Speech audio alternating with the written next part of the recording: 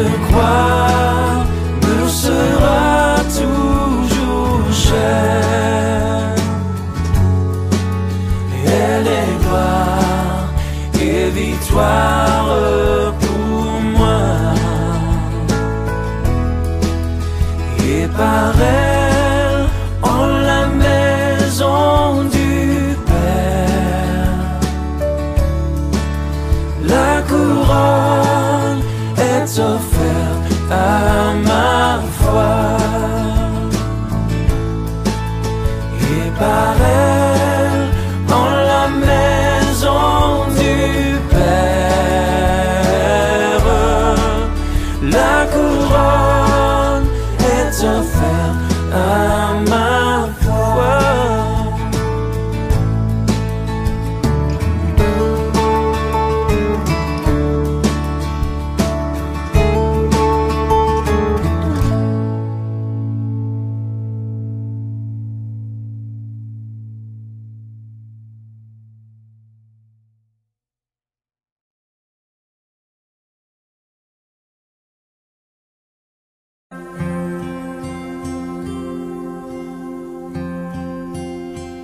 Envoie ton esprit saint, ton feu d'amour divin, déploie ton cœur et viens nous sauver.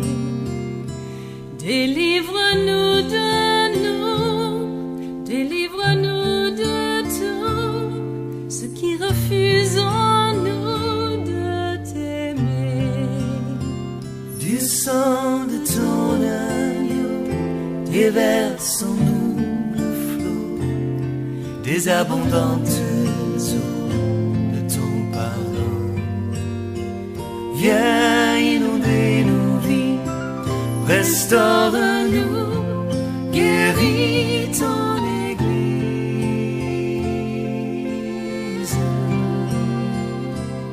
Reçois de nous, Seigneur, le chant de notre cœur, du lieu où tu demeures, réponds-nous.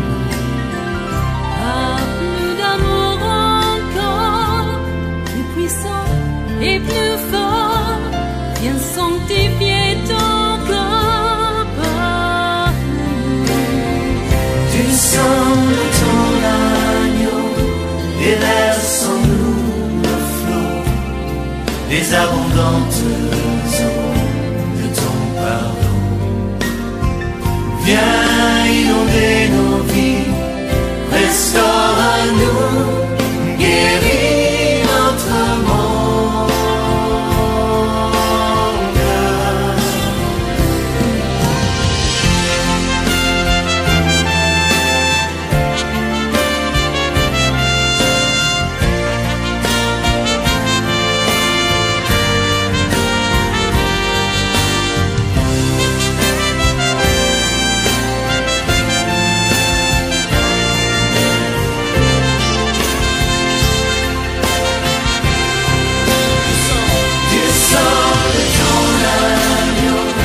Déverse en nous le flot des abondantes eaux de ton pardon. Viens inonder nos vies, restaure-nous, guéris ton Église.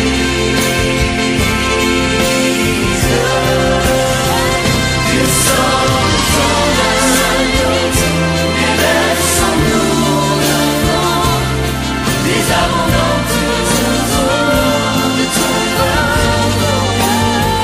Viens inonder nos vies, restaure-nous, guéris notre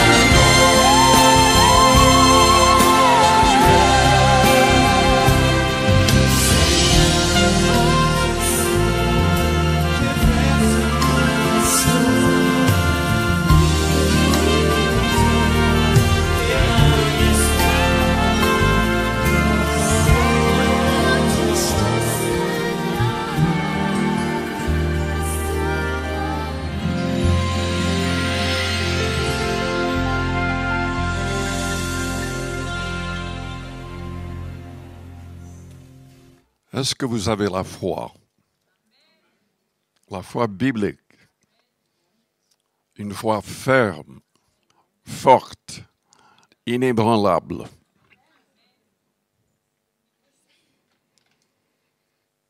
La vraie foi n'est pas bâtie sur le néant. Elle a une base solide, une base sûre. Je vais lire dans Matthieu, chapitre 1er, au verset 18. Voici de quelle manière arriva la naissance de Jésus-Christ. Marie, sa mère, ayant été fiancée à Joseph, se trouva enceinte par la vertu du Saint-Esprit avant qu'ils eussent habité ensemble. Joseph, son époux, qui était un homme de bien et qui ne voulait pas la diffamer, se proposa de rompre secrètement avec elle. Comme il y pensait, voici un ange du Seigneur lui apparut en songe et dit, Joseph, fils de David, ne crains pas de prendre avec toi Marie, ta femme, car l'enfant qu'elle a conçu vient du Saint-Esprit. Elle enfantera un fils, et tu lui donneras le nom de Jésus. C'est lui qui sauvera son peuple de ses péchés. Tout cela arriva afin que s'accomplisse ce que le Seigneur avait annoncé par le prophète. Voici, la Vierge sera enceinte, elle enfantera un fils, et on lui donnera le nom d'Emmanuel, ce qui signifie Dieu avec nous. Joseph, s'étant réveillé, fit ce que l'ange du Seigneur lui avait ordonné, et il prit sa femme avec lui. Mais il ne la connut point jusqu'à ce qu'elle eût enfanté un fils, auquel il donna le nom de Jésus. Oui, notre foi, la vraie foi, n'est pas basée sur le néant. Notre foi est basée sur des centaines de prophéties qui se sont accomplies en Christ. Elle est basée sur des centaines de témoignages de personnes qui l'avaient vu accomplir ces miracles et même ressusciter les morts et même ressusciter le troisième jour lui-même. La vraie foi est basée sur la présence du Saint-Esprit, la réalité de Dieu avec nous, c'est-à-dire les vrais chrétiens reçoivent le Saint-Esprit. Tout d'abord par la foi, dans la prière. Ensuite, le Saint-Esprit le baptise. Le salut n'est pas lié au baptême du Saint-Esprit. Mais ce baptême nous donne une puissance pour accomplir toute sa volonté, pour accomplir des miracles. Notre frère, le pasteur Amago, ce matin, a parlé de Jean 14 et du fait que le Seigneur a dit que si on croit en lui, nous pouvons accomplir les mêmes choses. Mais trop souvent, nous lisons uniquement ce verset-là, sans lire ce qui suit, c'est-à-dire, c'est par le Saint-Esprit. Il faut recevoir le Saint-Esprit. Et pour recevoir le Saint-Esprit, il faut absolument prouver son amour envers le Seigneur, en commençant à mettre vraiment ses commandements en pratique.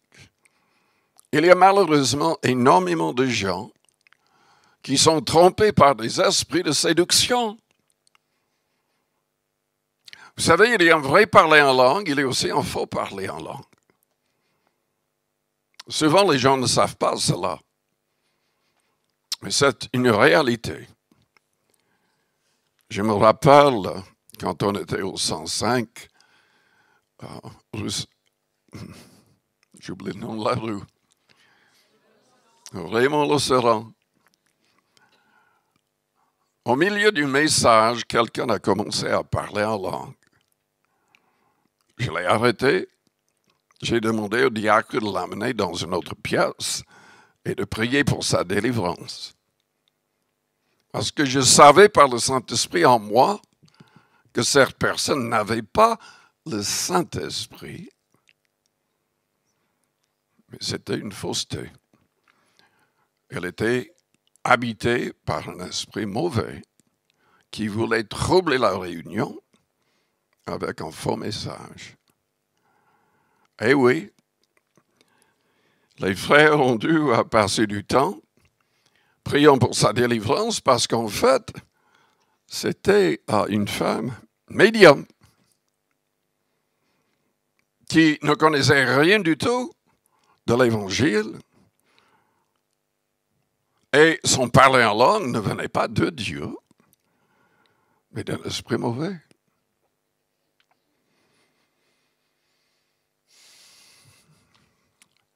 Mais quand on veut vraiment prouver son amour envers le Seigneur, commençons à mettre ses commandements en pratique. C'est le Seigneur lui-même qui nous baptise du Saint-Esprit. Et il souligne la réalité dans Luc 11 que nous n'allons jamais recevoir un autre esprit quand nous prions sincèrement le Seigneur et quand nous commençons vraiment à mettre ces commandements en pratique. Le Seigneur sait, il connaît les personnes qu'il aime. Et ce sont uniquement ces personnes-là qui recevront le vrai Saint-Esprit et non pas un esprit de séduction. Il y a des réunions où les gens disent aux gens qui cherchent le baptême de l'Esprit, répétez après moi. Ce n'est pas biblique de faire ça. Ce n'est pas biblique. C'est le Seigneur qui baptise du Saint-Esprit. Oui, c'est biblique de leur imposer les mains et de prier, mais ce n'est pas en répétant quelque chose que nous serons baptisés du Saint-Esprit par le Christ. Notre foi est donc basée sur les prophéties, sur les témoignages des gens qui l'ont vu et qui ont été utilisés eux-mêmes. Il y avait toutes sortes de signes, de prodiges et de miracles dans leur ministère, et nous le voyons dans les évangiles. Et nous avons la présence du Saint-Esprit qui nous parle, qui nous dit que tout cela est vrai. Je vous pose la question de nouveau. Est-ce que vous avez une foi forte? Pour avoir une foi forte, il faut connaître toutes ces choses. Il faut étudier ces choses. Il faut expérimenter ces choses. Les prophéties. Parlons-en. Dans Samuel, dans plusieurs psaumes, dans Ésaïe 9 et 11, la Bible souligne le fait que le vrai Messie, le vrai Christ, serait issu de la famille de David. Marie et Joseph étaient descendants de la famille de David. Ésaïe, au chapitre 7, avait dit qu'il naîtrait d'une vierge. Et c'était le cas. Michée, chapitre 5, souligne le fait qu'il naîtrait à Bethléem.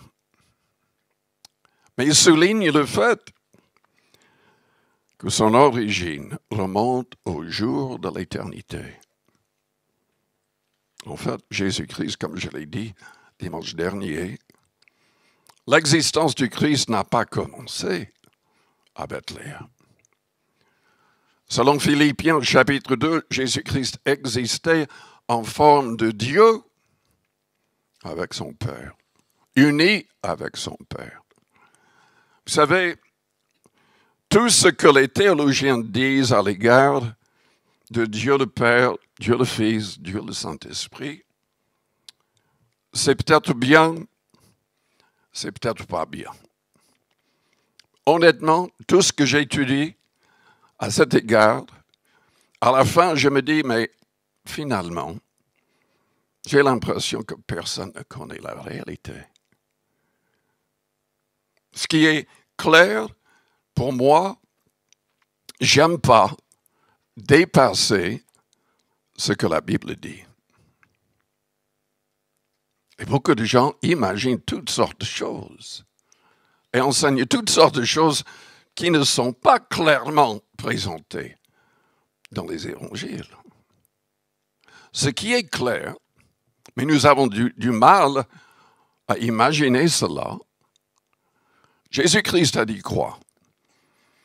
Il a dit dans Jean 8, « Avant qu'Abraham fût, je suis. » Je suis, selon l'Exode 3 et 4, est le nom de Dieu pour l'éternité. Mais dans ce même chapitre, Jean 8, et aussi dans Jean 16 et 17, Jésus-Christ dit être sorti de Dieu. Dans Jean 1, dans Colossiens 1, dans Hébreux 1, c'est souligné que c'est Jésus-Christ le Créateur de toutes choses. Et dans Hébreux 10, c'est souligné qu'au moment où Marie est devenue enceinte, c'était Dieu qui a formé un corps en elle. Mais Jésus-Christ, il parlait avec le Père. Il parlait avec le Père à ce moment-là. Il parlait du fait que le sang des animaux ne pouvait pas vraiment ôter les péchés.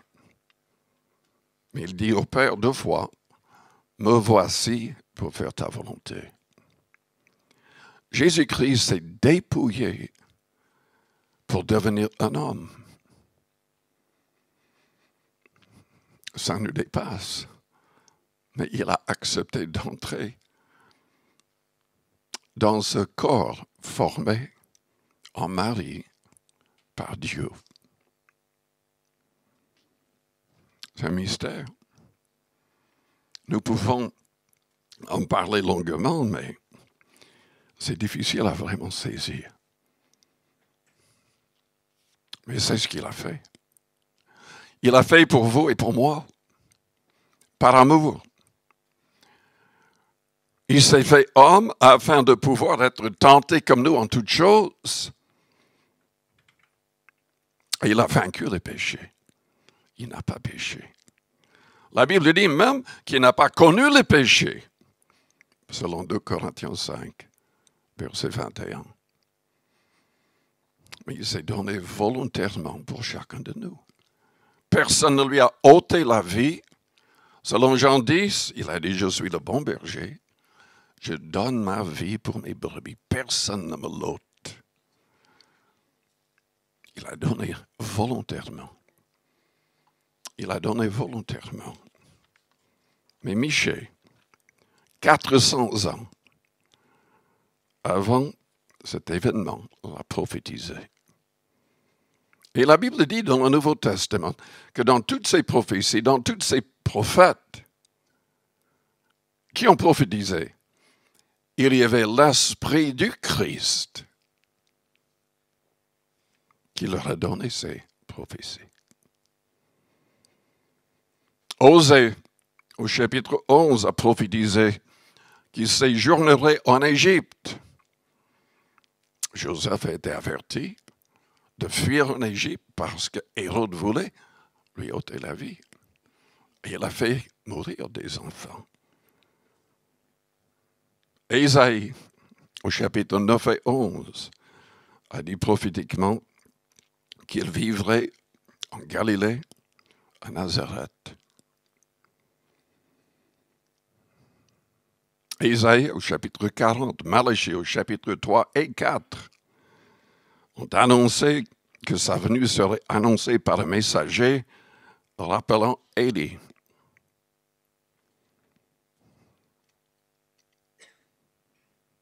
Et Jérémie, au chapitre 31, a annoncé que sa venue serait l'occasion d'un massacre d'enfants à Bethléem.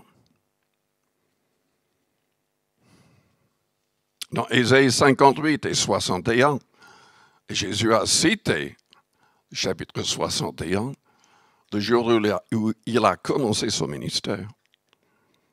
Mais la prophétie dit qu'il proclamerait un jubilé au monde entier. Isaïe au chapitre 42 avait annoncé que sa mission toucherait aussi les gentils, c'est-à-dire les non-juifs. Les Juifs eux-mêmes n'avaient pas compris cela. Mais nous voyons dans les évangiles et dans les actes où il voulait que ses apôtres annoncent cette vérité à toutes les nations.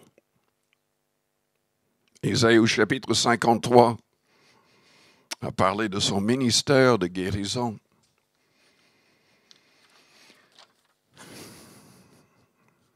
Isaïe et aussi David dans le psaume 78 ont prophétisé qu'il enseignerait en parabole.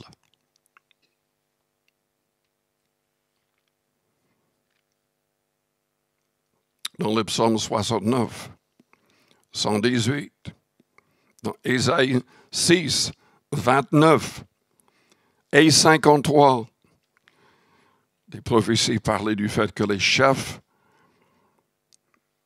ne croiraient pas en lui et le rejetteraient.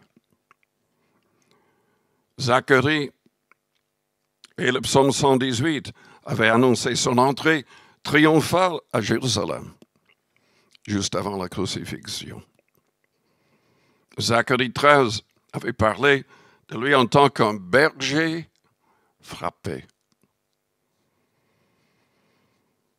Zacharie 11 et le psaume 41 ont parlé du fait qu'il serait trahi par un ami pour 30 piastres d'argent.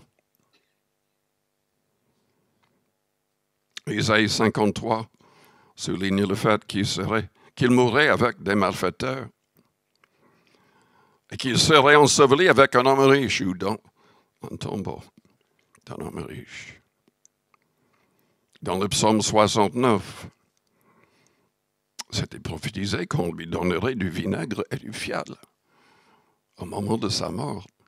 Et c'est ce qui s'est passé pendant la crucifixion. Le psaume 22, au verset 19, avait dit que ses vêtements seraient tirés au sort. C'est ce que les Romains ont fait. Apparemment, les soldats voulaient ces vêtements et ont tiré au sort pour voir qui les aurait.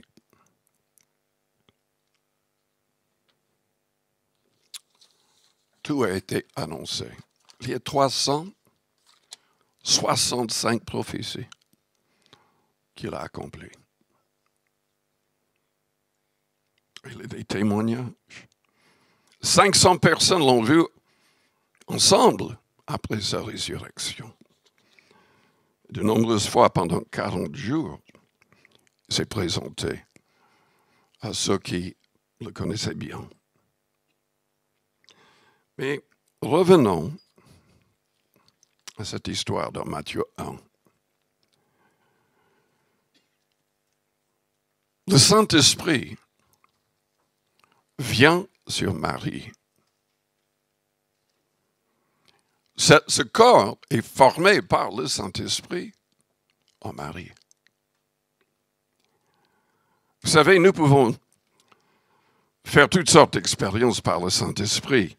Après, la Bible dit qu'un ange du Seigneur lui est apparu en songe. Lisons un instant dans Joël, chapitre 2. Dans tout l'Ancien Testament, nous voyons quelques prophètes nous voyons des rois remplis du Saint-Esprit, utilisés par le Saint-Esprit, mais ce n'était pas tout le monde. Dans Joël chapitre 2 au verset 28, nous voyons la prophétie disant que dans les derniers temps,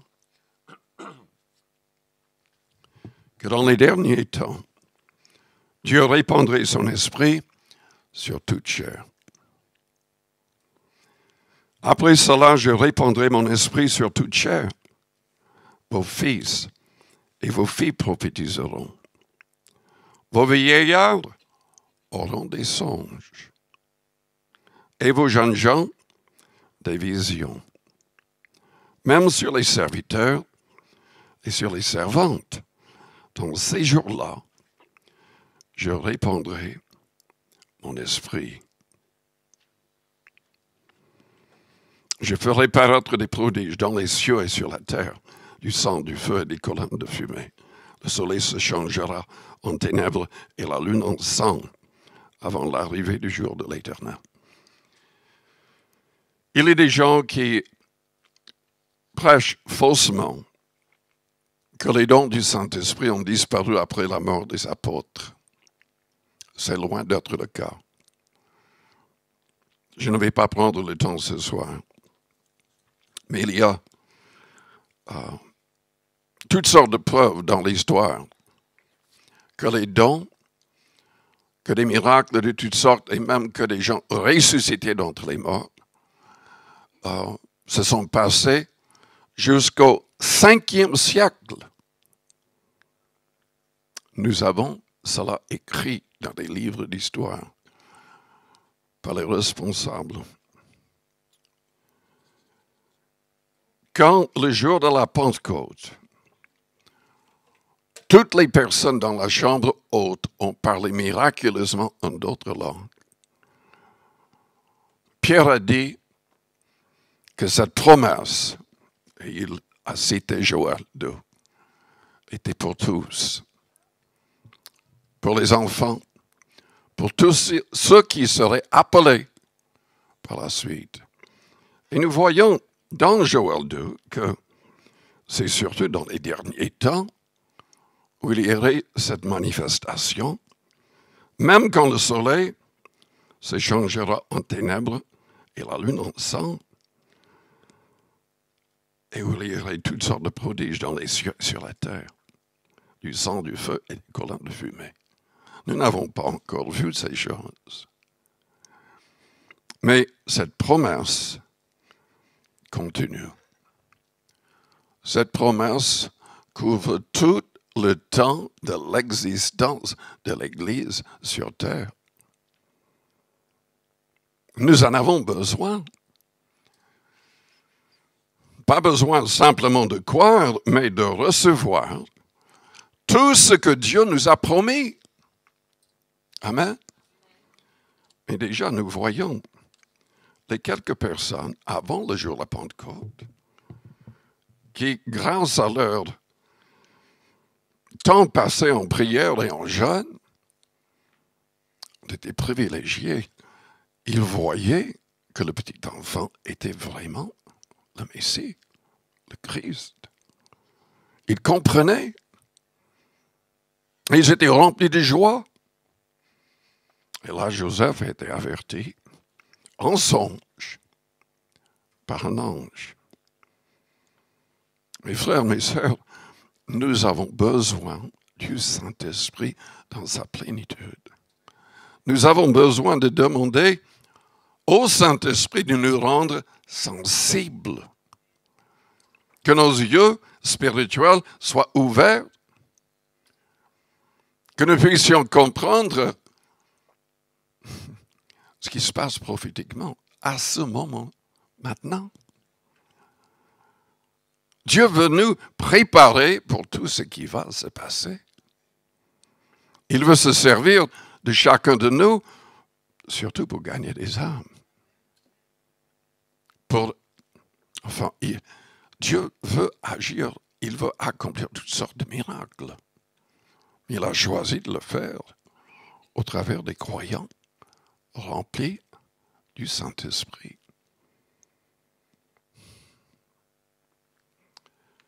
Mais revenons à l'histoire. L'ange a dit quoi? Verset 21, elle enfantera un fils. Et tu lui donneras le nom de Jésus, c'est lui qui sauvera son peuple de ses péchés. Et plus loin, on lui donnera le nom d'Emmanuel, ce qui signifie Dieu avec nous. Il y a toutes sortes de gens qui ne veulent pas accepter que Jésus-Christ est divin. Mais il est divin. Il est divin, comme je l'ai déjà dit, comme lui, il a dit 3 fois. Je suis sorti de Dieu. Oui, il s'est dépouillé pour devenir un homme. Mais il a repris tout pouvoir au moment de sa résurrection. Et la Bible nous dit dans Corinthiens 15, au verset 27 et 28, qu'à la fin, Dieu le Père va lui soumettre tout dans l'univers, excepté lui-même. Et nous lisons dans Colossiens 1 que tout a été créé par lui, c'est-à-dire Jésus-Christ, et pour lui. Et par lui, tout subsiste.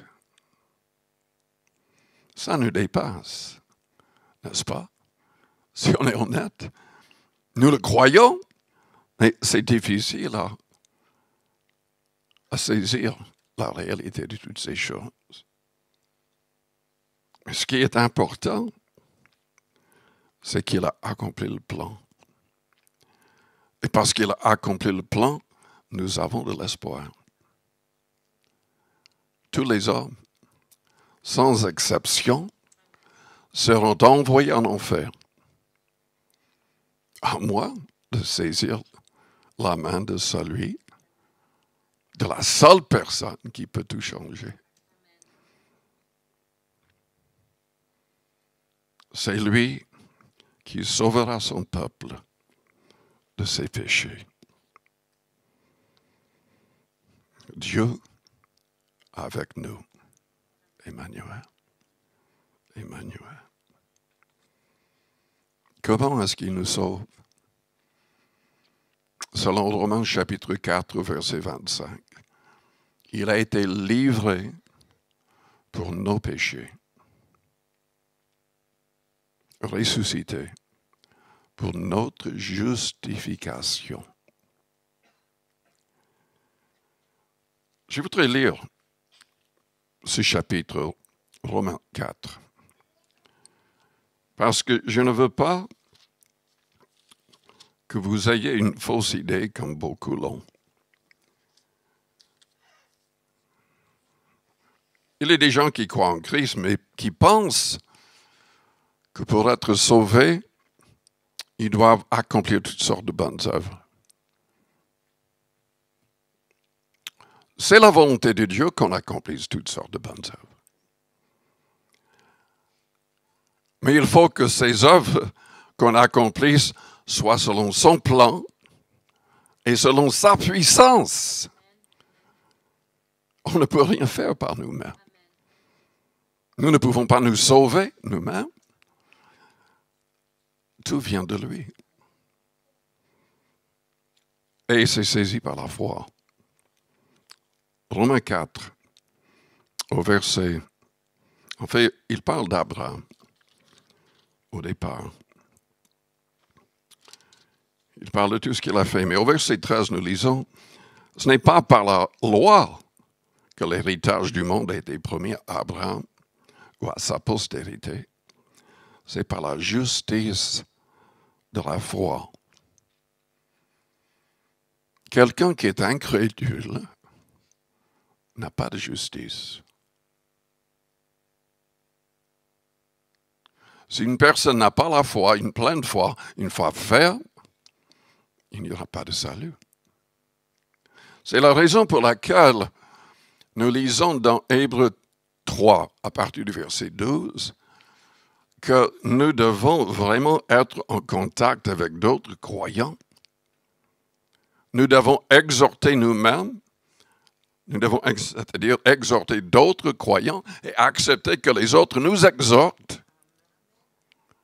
Parce que sinon, on peut être aveuglé, trompé par la subtilité du péché.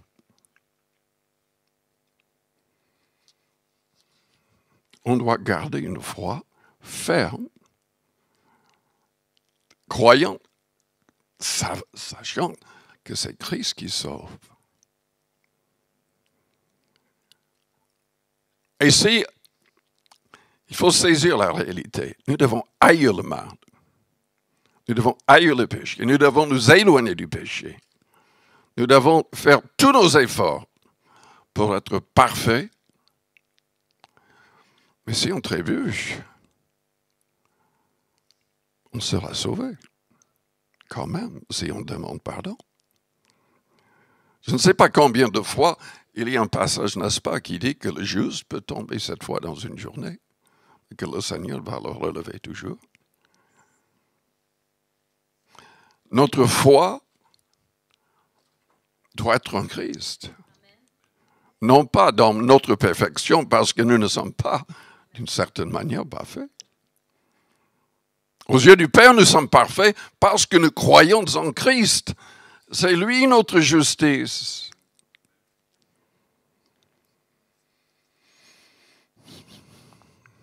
Si les héritiers le sont par la loi, la foi est vaine et la promesse est anéantie. Parce que la loi produit la colère.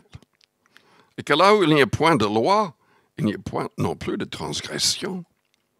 C'est pourquoi les héritiers le sont par la foi, pour que ce soit par grâce, afin que la promesse soit assurée à toute la postérité.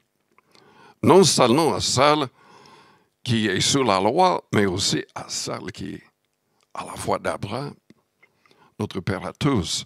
Selon qu'il est écrit, je t'ai établi Père d'un grand nombre de nations. Il est notre Père devant celui qui a cru, Dieu qui donne la vie aux morts et qui appelle les choses qui ne sont point comme si elles étaient. Espérant contre toute espérance, il crut, en sorte qu'il devint Père d'un grand nombre de nations, selon ce qui lui avait été dit, telle sera ta postérité. Et sans faiblir dans la foi, il ne considéra point que son corps était déjà usé, puisqu'il avait près de 100 ans, et que Sarah n'était plus en état d'avoir des enfants. Il ne douta point, par incrédulité, au sujet de la promesse de Dieu, mais il fut fortifié par la foi, donnant gloire à Dieu, ayant la pleine conviction que ce qu'il promet, il peut aussi l'accomplir. C'est pourquoi cela lui fut imputé à justice. Le simple fait de croire nous impute la perfection, la justice. On devient juste et saint aux yeux du Père.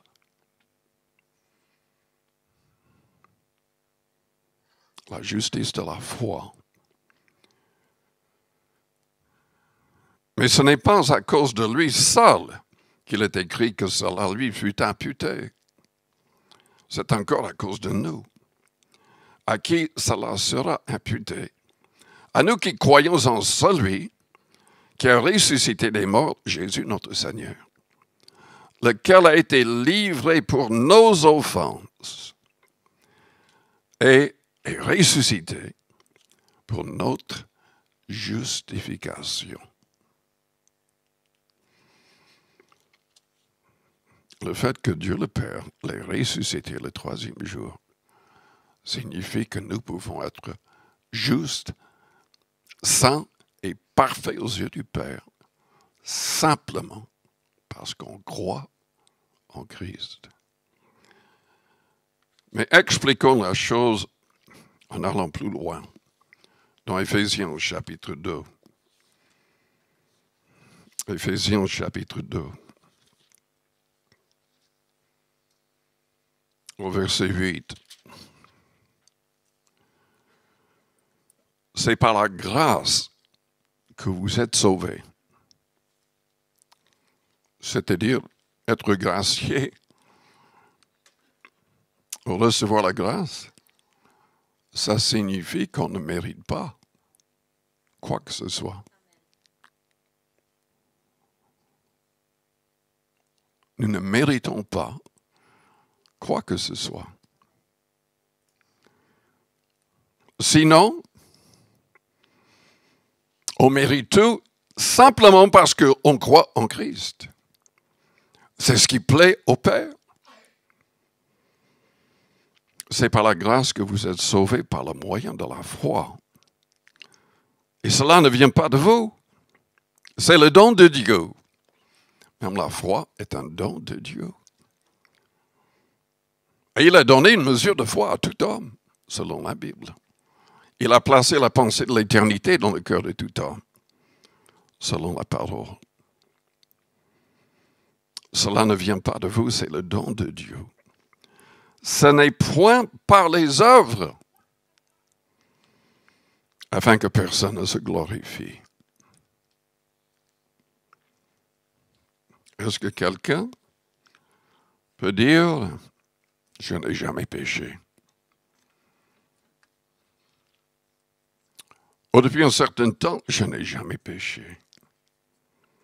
Vous êtes menteur si vous dites cela. Vous êtes menteur. Chaque fois qu'on ne pense pas comme le Christ, qu'on ne parle pas comme le Christ, si on n'agit pas, si on ne réagit pas comme le Christ, on pêche. C'est ça le péché. Manquer le but.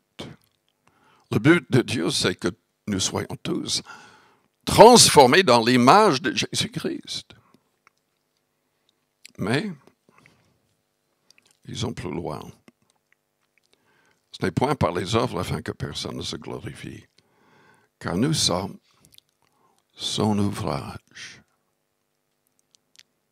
Nous sommes son ouvrage. Ce n'est pas assez de croire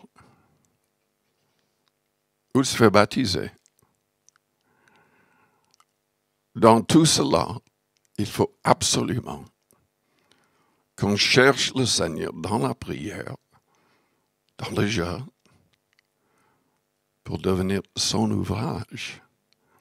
Il doit nous transformer. On doit naître de nouveau.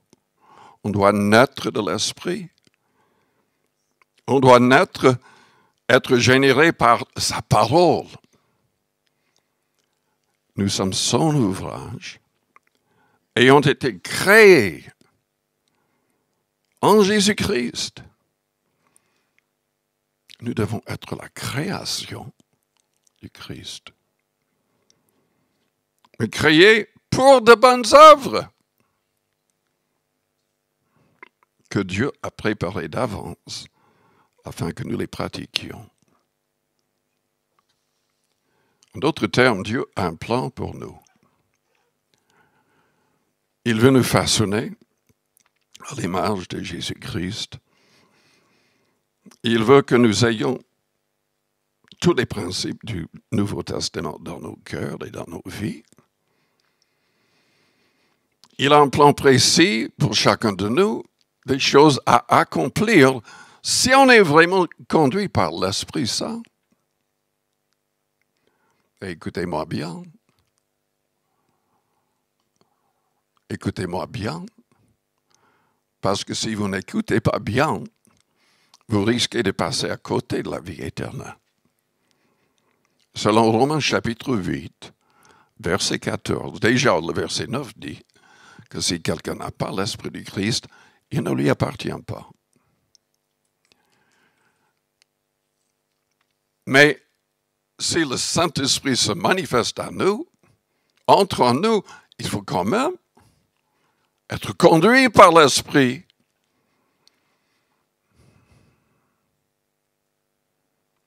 Car uniquement ceux qui sont conduits sont enfants de Dieu ou fils de Dieu. Et quand on est conduit, quand il est véritablement en nous, il rend témoignage à notre esprit que nous sommes enfants de Dieu et nous pouvons crier vers Dieu le Père avec assurance et dire « Père, Abba ». Abba, c'était la manière que Jésus disait « Père » en araméen.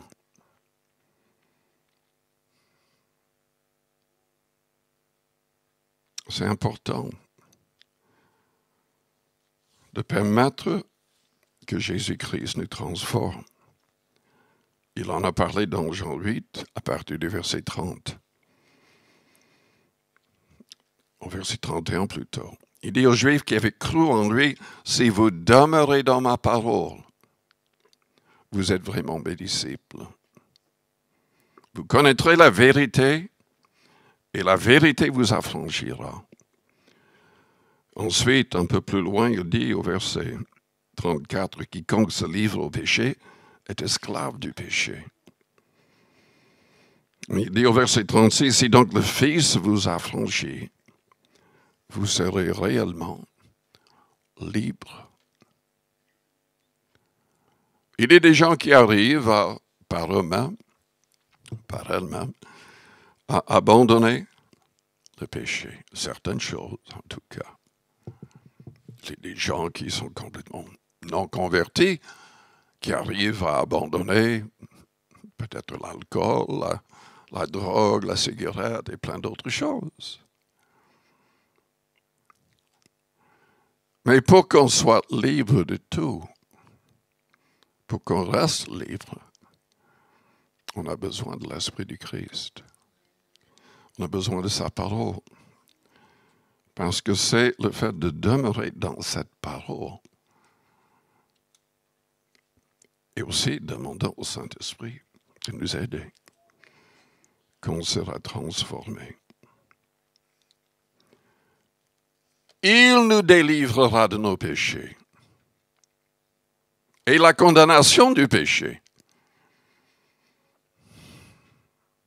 Dans Hébreux, chapitre 2. Hébreux, chapitre 2.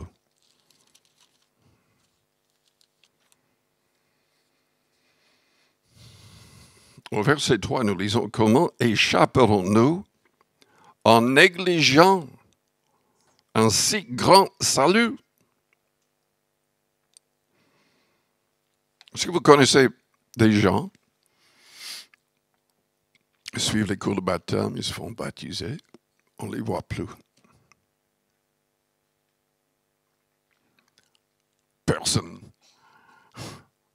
Personne ne sait qu'ils sont même chrétiens. Personne ne sait même qu'ils ont fait cela. Ils ne témoignent pas. En fait, leurs vies ne sont pas vraiment changées. Et non, ils ne seront pas sauvés. Comment échapperons-nous en négligeant un si grand salut, qui est annoncé d'abord par le Seigneur, nous a été confirmé par ceux qui l'ont entendu. Dieu appuyant leur témoignage par des signes, des prodiges et divers miracles, et par les dons du Saint-Esprit distribués selon sa volonté. Un peu plus loin, il parle du fait quand on se donne au Seigneur pleinement, quand on est sérieux, le Seigneur n'a pas honte d'appeler de telles personnes frères. Qu'est-ce qu'il a accompli pour nous? Selon le verset 14.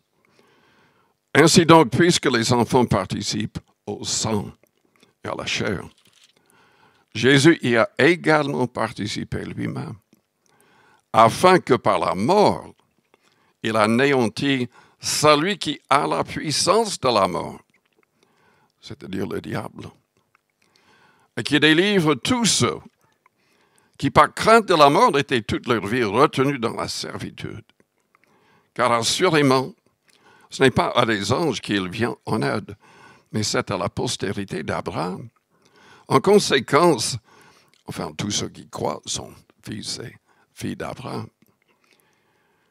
En conséquence, il a dû être rendu semblable en toutes choses à ses frères, afin qu'il fût un souverain sacrificateur, miséricordieux et fidèle dans le service de Dieu, pour faire l'expiation des péchés du peuple.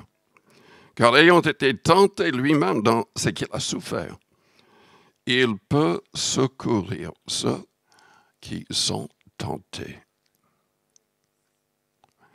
Jésus libère du pouvoir du péché.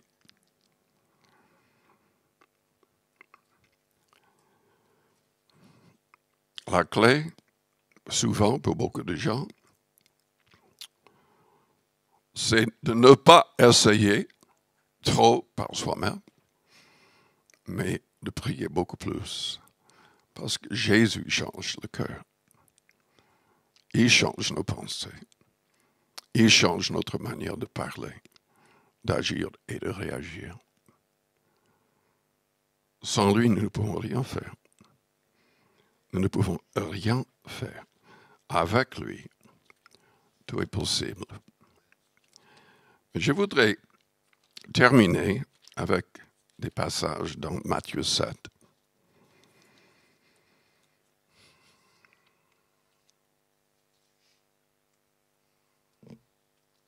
Matthieu 7, au verset 13. Entrez par la porte étroite. Jésus-Christ, dans Jean 10, a dit, « Je suis la porte. Si quelqu'un entre par moi, il sera sauvé. » Car large est la porte, spacieux est le chemin qui mène à la perdition. Il y en a beaucoup qui entrent par là. Mais étroite est la porte, resserrez le chemin qui mène à la vie, et il y en a peu qui les trouvent. Gardez-vous des faux prophètes. Cette parole est de plus en plus importante parce que nous avons de plus en plus de faux prophètes. Nous avons de plus en plus de fausses églises, des milliers de fausses églises qui acceptent le péché maintenant. Même les responsables commettent des choses abominables. Et ils en sont fiers. Parce que pour eux, ce n'est pas du péché, ce n'est pas une abomination.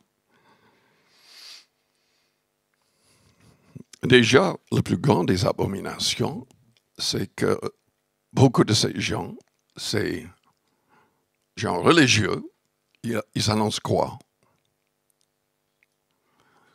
Oui, Jésus, il est un chemin, mais il y a beaucoup de chemins.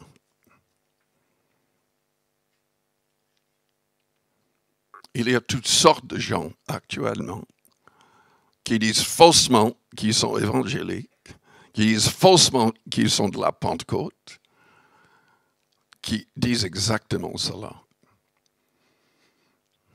Mes amis, il n'y a qu'une seule personne qui peut nous sauver. Il n'y a qu'un seul sauveur.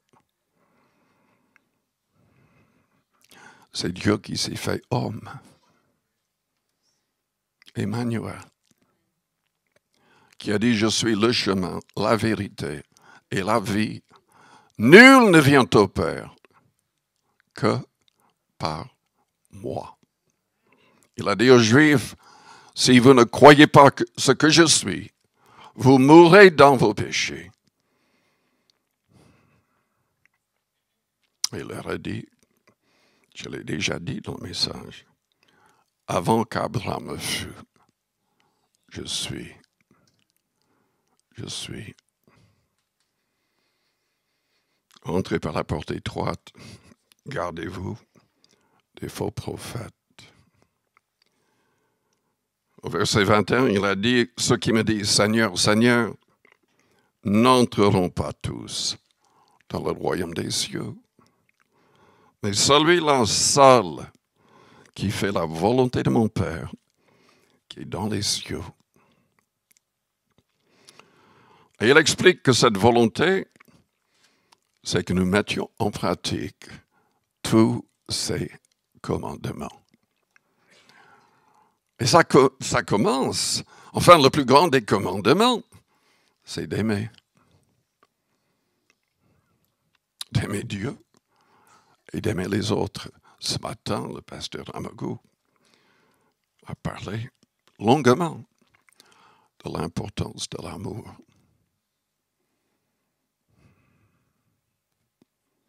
Nous devons manifester l'amour du Christ par nos paroles. Des paroles de gentillesse, des paroles d'encouragement, des paroles qui aideront les gens qui sont tombés à se relever. Ne parlez point mal des autres, la Bible dit. Évidemment, nous devons dénoncer les faux prophètes. Prions quand même pour que le Seigneur ouvre leurs yeux, si c'est possible. Mais il faut aimer. Il faut mettre sa parole en pratique. Est-ce que vous connaissez la parole? Est-ce que vous avez même pris le temps de lire la Bible une seule fois? Ou même uniquement le Nouveau Testament? Est-ce que vous l'avez lu attentivement au moins une fois? Il y a énormément de gens qui ne l'ont jamais lu. Ils écoutent des messages, mais ne connaissent même pas tous les commandements. Et pourtant, le salut est lié à cela. La réception du vrai Saint-Esprit est liée à cela. Vous ne recevrez jamais assez dans un message, dans une église. On ne peut pas parler de tout le temps, vraiment de tout. Il faut lire vous-même le Nouveau Testament pour comprendre.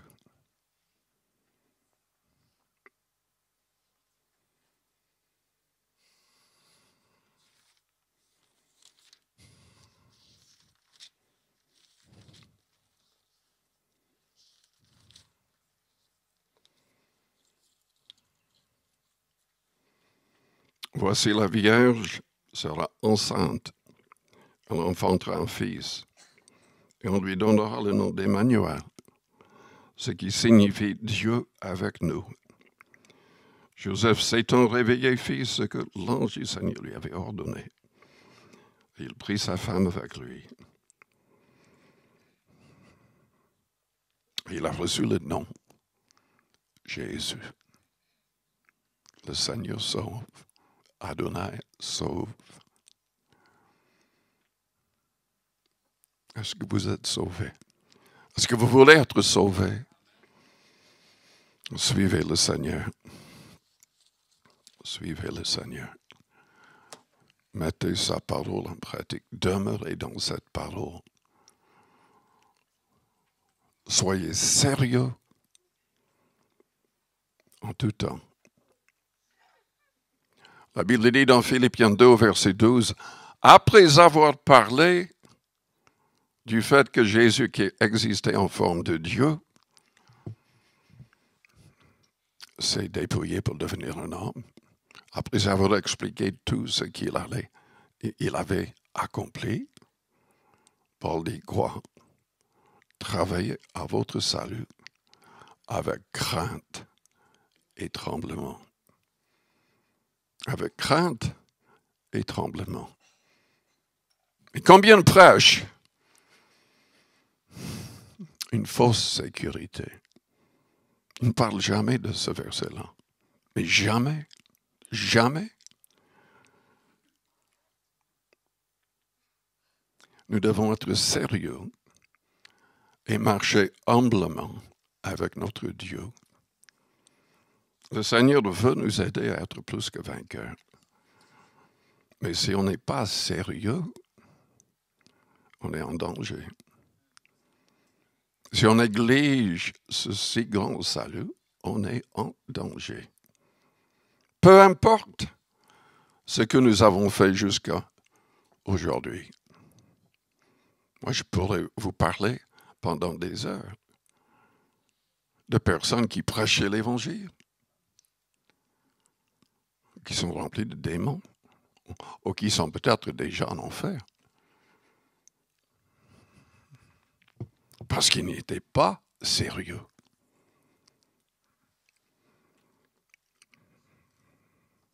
Parce qu'ils négligeaient ce si grand salut. Nous devons rester attachés au Seigneur. Nous devons demeurer en Christ pour être sauvés. Lisez Jean 15. Je vous invite à fermer vos yeux. Avec les yeux fermés, les fronts courbés.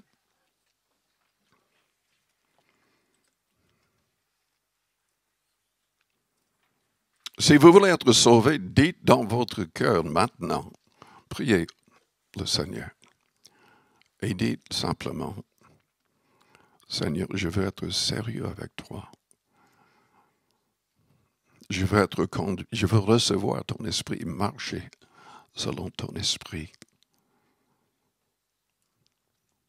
Je veux accomplir ton plan général et ton plan personnel pour moi. Tu as un plan pour ma vie. Aide-moi à recevoir tout ce que tu as promis. Purifie-moi de tout péché. Délivre-moi. Que je sois ta création. Que je sois véritablement né de nouveau, né de l'Esprit, conduit par l'Esprit. Au nom de Jésus-Christ, priez dans votre cœur.